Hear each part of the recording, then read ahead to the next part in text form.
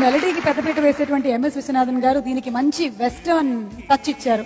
దాని గురించి మాకేమైనా? ఇందులో మాధురి ఏం తక్కువ ఉందండి? దానికి ఆ పాటకు కావాల్సిన ఆత్రేయ రాసిన అద్భుతమైనటువంటి మాటలు, దానికి ఆయన అందంగా బాణి కట్టారు. నిజంగా ఆ కుర్రాళ్లలో ఉన్న జోష్, ఆ స్థాయి అన్ని కనిపించాలంటే ఎలా ఉండాలని, అందులో మనకు మామూలుగా మన జానపదంలో ఉన్నటువంటి అది మొత్తం పాటంతా థీమ్ లాగా సాగుతూనే ఉంటుంది అనమాట. అది ఆయన పండిపోయిన పండితుడు, ఆయన చేతిలో హార్మోనియం ఎలా ముట్టుకుంటే నవరసాలు సప్తస్వరాలు అన్ని కలిసి అమృతధారలుగా వస్తూనే ఉంటాయి. దాంట్లో నుంచి అవి చిన్న చిన్న బిందువులు మేము స్వీకరించి మళ్ళీ పంచుతుంటాం అనమాట.